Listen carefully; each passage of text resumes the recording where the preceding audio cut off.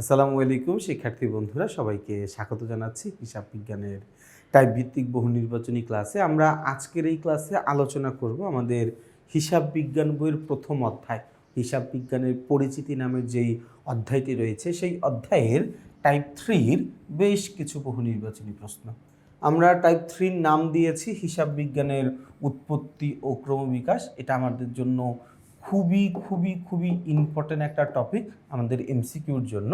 এবং এই টাইপ 3-তে আমরা আলোচনা করব 17 থেকে 23 নম্বর সিরিয়ালের যে প্রশ্নগুলো রয়েছে সেই প্রশ্নগুলো আমরা আলোচনা করব ইনশাআল্লাহ।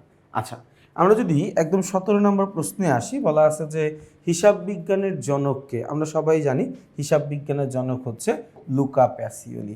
দেখো, এই টপিকের উপরে কয়েকটা কথা আমরা একটু বলে রাখি, কয়েকটা লাইন বা কয়েকটা শব্দ যদি তুমি জানতে পারো তাহলে এই 3 নম্বর টাইপে যত প্রশ্ন আসবে সবগুলো তুমি অ্যান্সার করতে পারবা। টপিকটা কি মানে আলোচনাটা কি একটু খেয়াল করে দেখো। জাস্ট ছোট্ট আলোচনা, মনে রাখবা 1494 সালে, অথবা আমরা বলতে পারি হচ্ছে পঞ্চদশ শতাব্দীতে, 1494 সালে বা পঞ্চদশ শতাব্দীতে লুকা প্যাসিওলি নামের একজন গণিতবিদ, একজন দার্শনিক, একজন ধর্মযাজক, তিনটাই তার পেশা ছিল। তিনি একটা বই লিখেছিলেন, যে বইটার নাম ছিল সুম্মারি অ্যারিথমেটিকা জিওমেট্রিয়া প্রপরশনালিয়েট প্রপরশনালিটা, এই নামের একটা বই লেখেন। বইটা ছিল গণিত শাস্ত্রের উপরে একটা বই। এই বইয়ে ছোট্ট একটা অধ্যায় বা ছোট্ট একটা খণ্ড ছিল, যে অধ্যায় বা খণ্ডটার নাম হচ্ছে ডাবল এন্ট্রি সিস্টেম বা দুতরফা দাখিলা পদ্ধতি। এবং ওই দুতরফা দাখিলা পদ্ধতিতে লুকা প্যাসিওলি তিনি প্রমাণ করতে চেয়েছিলেন যে আমরা যেই ট্রানজ্যাকশনগুলো করি ওই ট্রানজ্যাকশনের দুইটা পক্ষ থাকে, একটা পক্ষ সুবিধা গ্রহণ করে আরেকটা পক্ষ সুবিধা প্রদান করে, একটা পক্ষ সুবিধা গ্রহণ করে আরেকটা পক্ষ সুবিধা প্রদান করে। এবং ওই জায়গা থেকেই আমাদের আধুনিক হিসাব বিজ্ঞানের উৎপত্তিটা হয়। ওই জায়গা থেকে কি হয়, আমাদের আধুনিক হিসাব বিজ্ঞানের উৎপত্তিটা হয়। তাহলে ভাই 17 নম্বর প্রশ্নের উত্তর কি? 17 নম্বর প্রশ্নের উত্তর হচ্ছে ঘ। ওকে, চলে যাব হচ্ছে 17-এর পরে আমরা 18 নম্বর প্রশ্নে চলে যাব।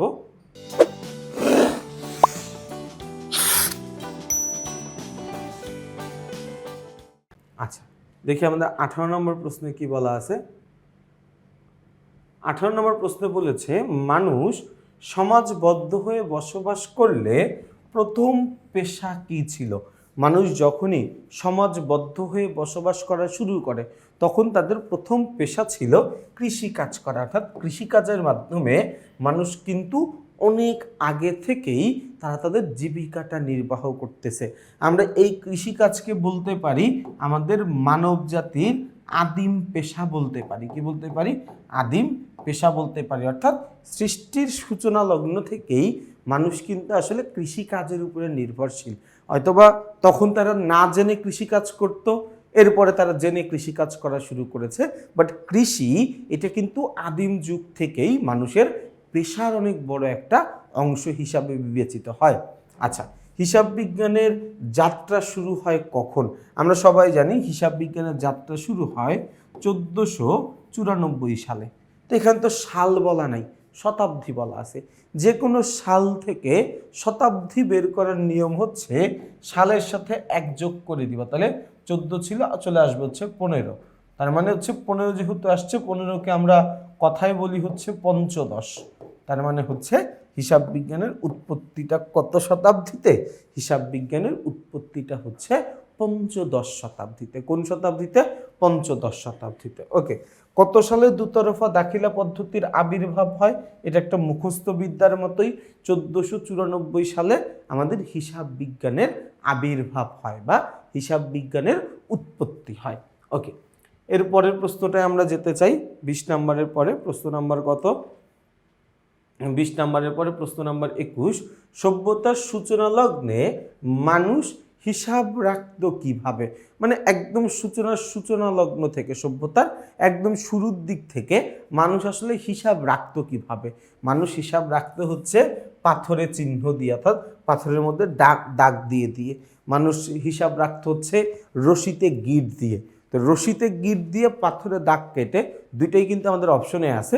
এই জন্য এমসিকিউর ক্ষেত্রে সিস্টেমটা এমন হয় যে আমরা আসলে মোর অ্যাপ্রোপ্রিয়েট অপশনটাকে নিতে চাই। তো এই যে পাথরের চিহ্ন দিয়ে এটা হচ্ছে সবচাইতে উপযুক্ত অপশন। তারা কিন্তু ঘরে দাগ কেটে রশিতে গিট দিয়েও হিসাব রাখতো। যদি এটা বহুপদী এমসিকিউ হইতো তাহলে ক, খ এবং ঘ তিনটাই আমাদের উত্তর তখন হইতো। যেহেতু এখন একটা অপশন বাছাই করতে হবে, তো তিনটার মধ্য থেকে সবচাইতে ভালো যেইটা সেটা আমরা গ্রহণ করতেছি পাথরে চিহ্ন দিয়ে। আচ্ছা, আধুনিক হিসাব বিজ্ঞানের উৎপত্তি কোথায়? আধুনিক হিসাব বিজ্ঞানের উৎপত্তি ইতালির ভ্যানিস শহরে। ভাইয়া মনে রাখবা, ইতালির রাজধানীর নাম হচ্ছে রোম। ইতালির রাজধানীতে কিন্তু না, রাজধানীর ছাড়া অন্য আরেকটা শহর যেটার নাম হচ্ছে ভ্যানিস। তো ওই ইতালির ভ্যানিস শহরেই আমাদের আধুনিক হিসাব বিজ্ঞানের উৎপত্তিটা হয়। তাহলে আমাদের 22 নম্বর প্রশ্নের উত্তর কি? 22 নম্বর প্রশ্নের উত্তর হচ্ছে গ। ওকে, চলে যাব আমরা প্রশ্ন নাম্বার 23। 23 নম্বর প্রশ্নে কি বলা আছে আমরা একটু দেখি। 23 নম্বর প্রশ্নে বলা আছে লুকা প্যাসিওলি তিনি পেশায় কি ছিলেন? দেখো, লুকা প্যাসিওলির পেশা ছিল তিনটা: গণিতবিদ, দার্শনিক, ধর্মযাজক। তিনটাই তার পেশা। বাট যখন আমরা এরকম একটা অপশন চুজ করতে হবে তখন আমরা গণিতবিদটা নিব। কেন? তার কারণ তিনি গণিতবিদ হিসেবে একটা বই লিখছিলেন, যেই বইটা থেকে আমাদের হিসাব বিজ্ঞানের উৎপত্তি। তার মানে লুকা প্যাসিওলির সাথে আমাদের সম্পর্কটা গণিতবিদ লুকা প্যাসিওলি হিসাবে। দেখো, আবারও বলতেছি, লুকা প্যাসিওলি গণিতবিদ ছিলেন, তিনি দার্শনিক ছিলেন, তিনি ধর্মযাজক ছিলেন। বাট আমাদের সাথে লুকা প্যাসিওলির সম্পর্কটা কোন জায়গা থেকে?